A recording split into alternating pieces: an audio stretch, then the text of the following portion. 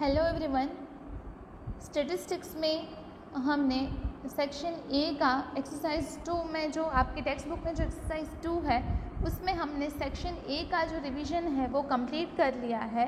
Today we are going to start revision of section B and section C. Section B में जो 1 line वाले question answers होते हैं वो होते हैं, और सेक्शन जो सी है उसमें 2 मार्क्स वाले होते हैं, 2-3 सेंटेंस जो शॉर्ट में आंसर्स लिखने होते हैं वो होते हैं।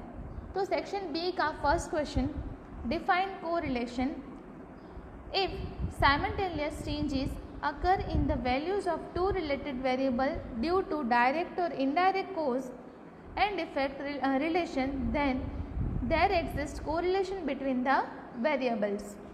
तो ये जो है वो कोरिलेशन की डेफिनेशन हुई। नेक्स्ट है define correlation coefficient, a numerical measure showing strength or degree of linear correlation between 2 variable is called correlation coefficient। A numerical measure showing strength or degree of linear correlation between 2 variables is called coefficient correlation। Next question is the age of an adult person and life insurance premium at the time of taking insurance under a plan। तो इसके बीच में कौन सा relation है? तो इसके बीच में positive correlation between age and of adult and time taking and in insurance under a plan. Next question is the sales and profit of last 5 years for mostly accepted product of a company. तो sales and profit of last 5 years for a mostly expected product of a company. तो sales and profit के बीच में कौन सा relation होता है? तो पॉजिटिव कोरिलेशन होता है। Next question is altitude and amount of oxygen in air. तो इसके बीच में है नेगेटिव कोरिलेशन। इन दोनों के बीच में जो रिलेशन है वो नेगेटिव कोरिलेशन है। Question number 6 is correlation between amount annual import of crude oil and number of marriages. तो इसमें नॉनसेंस कोरिलेशन, इसमें कुछ रिलेशन ही नहीं है। Question number 7, if the value of n² - 1 is 6 times the value of sigma d², then what is the value of r? तो n² - 1 equals to 6 sigma d²। तो r का formula है r equals to 1 - 6 sigma d² divided by n² - 1। तो n² - 1 equals to 6 sigma d²। तो इसका जो formula है 1 - 6 sigma d² divided by 6 sigma d²। तो r equals to 1 - 1 equals to 0। तो आंसर विल बी 0। इस जो ये जो सम है उसमें 6 times value of sigma d² दिया गया है, तो इसका जो आंसर होगा वो होगा हमारा 0, क्योंकि सिग्मा d² की वैल्यू है n² - 1 और 6 times.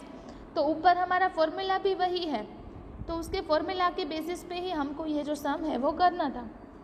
Question number 8, what will be the sign of r if the value of covariance is negative. r की साइन क्या होगी? तो sign of r will be negative, क्योंकि कोवेरिएंस की वैल्यू नेगेटिव है। Question number 9 is what is the bivariate data. The data collected at one time in 2 different characteristics of a sample unit is called bivariate data।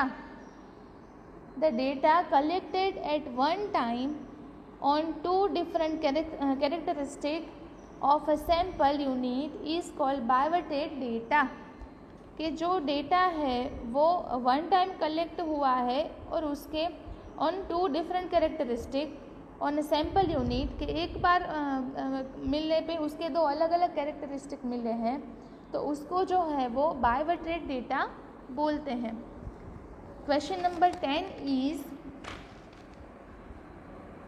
Section C में question number 1 जो है वो हमारा कि right assumption of Karl Pearson's method. तो Karl Pearson के method के assumptions क्या है? तो there is a linear correlation between 2 variables and second one is there is a cause effect relation between variable. तो ये जो है वो एजम्पशंस लिए जाते हैं। before Karl Pearson's method.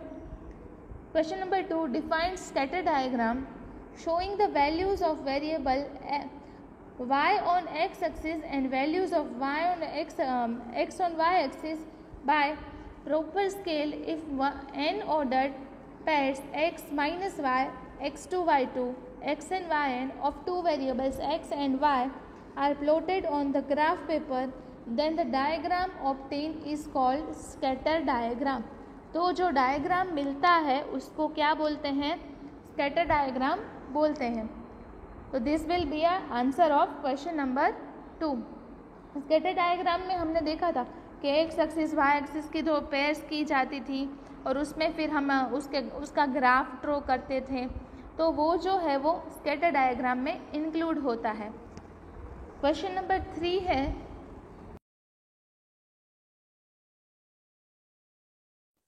question number 3 is what is spurious correlation? तो when two variables are not related by cause effect relation and there is a lack of linear correlation between them, then such correlation is called spurious correlation.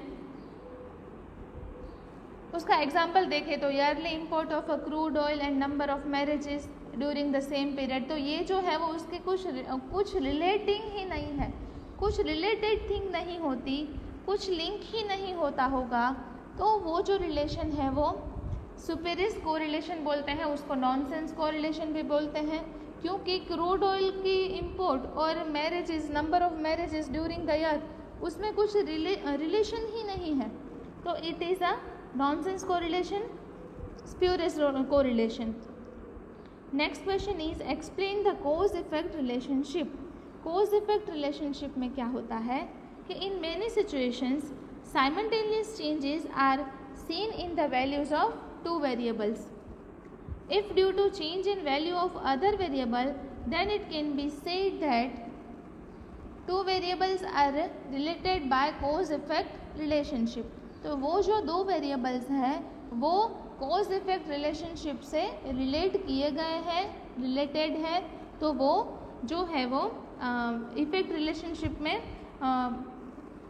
Effect करते हैं. कोई भी चीज़ है कि changes in the value of other variable, then it can be if due to changes in value of other variable that it can be said that two variables are related by cause effect.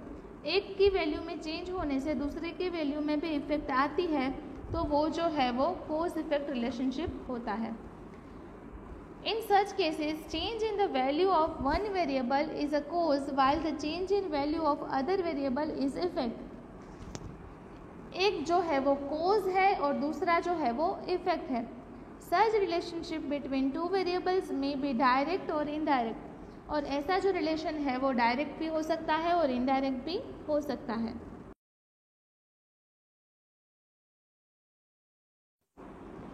Question number 5 is when it is necessary to use rank correlation. Rank correlation की क्या necessity है? तो in the following circumstances it is necessary to use correlation. First is when related variables are of qualitative nature like honesty, punctuality, beauty, etc. where ranks are assigned according to their proficiency. और rank जो है वो उनके proficiency से के आधार पे assign किए जाते हैं. And second condition is when the value of related variables are large and there is no more dispersion in the values. तो भी रैंक कोरिलेशन की मदद होती है. रैंक कोरिलेशन से हम रिलेशन फाइंड कर सकते हैं. Question number 6 is in which situation the values of Karl Pearson's correlation coefficient and Spearman's rank correlation coefficient are equal. कौन सी सिचुएशन में ये दोनों जो है कार्ल पियर्सन और स्पीयरमैन दोनों की वैल्यूज़ जो है वो इक्वल आएगी, ऐसी कौन सी सिचुएशन होगी? तो when the values of two variables are some arrangement of first and methods of numbers and correlation coefficient obtained by Karl Pearson's method and Spearman's method are equals. So when the value of two variables are some arrangement of first and end method number of correlation coefficient obtained by Karl Pearson's and Spearman's method are equal. Next जो हमारा question है कि find the value of R if covariance of xy equals to 120 and sx equals to 12 and sy equals to 15. तो here covariance of xy equals to 120, sx है 12, sy है 15. तो R equals to covariance of xy divided by sx divided by sy into sy equals to covariance of xy है 120 divided by 12 into 15 equals to 120 divided by 180. तो इसका जो answer होगा वो हमारा होगा 0.67.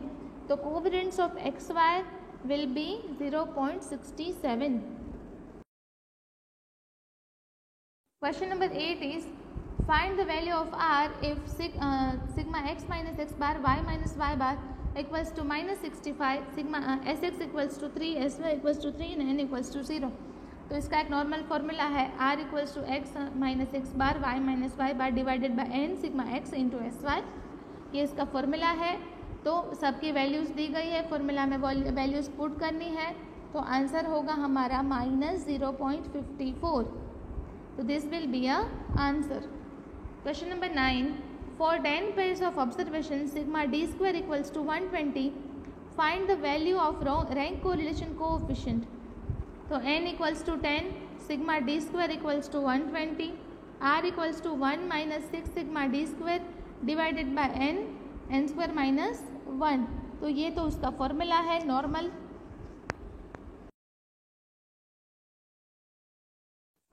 तो 1 माइनस 6 इंटू 620 120 10 इंटू 100 माइनस 1. तो फॉर्मूला में वैल्यूज़ पुट करनी है. 6 इंटू 120 होंगे 720 एंड 99 इंटू 10 इक्वल्स टू 990. तो इसका जो डिवाइड होगा 720 माइनस 99 डिवाइडेड बाई 990 वो होगा 1 माइनस 0.73. तो 1 माइनस 0.73 का आंसर होगा 0.27. तो इस ये जो सम है उसका आंसर होगा 0.27. तो आज हमने टेक्स्ट बुक के एक्सरसाइज 2 के section A B and C complete किए हैं. डी ई एंड एफ जो है वो आपने किए हैं. आपकी नोटबुक में आपको होम असाइनमेंट में पहले मिले थे, आपने कंप्लीट कर लिए होंगे. तो आज हमने चैप्टर 2 कंप्लीट किया है पूरा. आपको आपकी स्क्रीन पे ये एक्स्ट्रा क्वेश्चंस दिख रहे हैं. ये एक्स्ट्रा क्वेश्चंस आपको आप रिवीजन के हेडिंग में लिखने हैं और ये जो सारे क्वेश्चंस हैं वो सॉल्व करने हैं. सेक्शन बी एंड सी इसमें है. तो ये जो क्वेश्चंस हैं वो आपको टेक्स्ट बुक ये जो सॉल्व करने हैं. और बाकी आपके एक्सरसाइज में section A B and C जो है A B C D E F ये सारे जो सेक्शंस हैं वो टेक्स्ट बुक में से ही करने हैं. टेक्स्ट बुक में से इनफ सम्स हो जाते हैं. आपको कोई रेफरेंस बुक की ज़रूरत नहीं है. टेक्स्ट बुक सिर्फ करो तो भी आपके लिए बहुत है. टेक्स्ट बुक के इलस्ट्रेशंस एंड एक्सरसाइज के सारे सम्स अगर आपको ठीक से आते हैं तो कोई भी एग्ज़ाम में आप आसानी से अपीयर हो सकते हो. तो ये जो है वो ये जो क्वेश्चंस है वो एक्स्ट्रा है लेकिन ये थोड़े इम्पोर्टेंट है तो मैंने लिखे हैं. आपको रिवीजन में ये सारे क्वेश्चंस जो हैं वो नोटबुक में लिखने हैं. Thank you.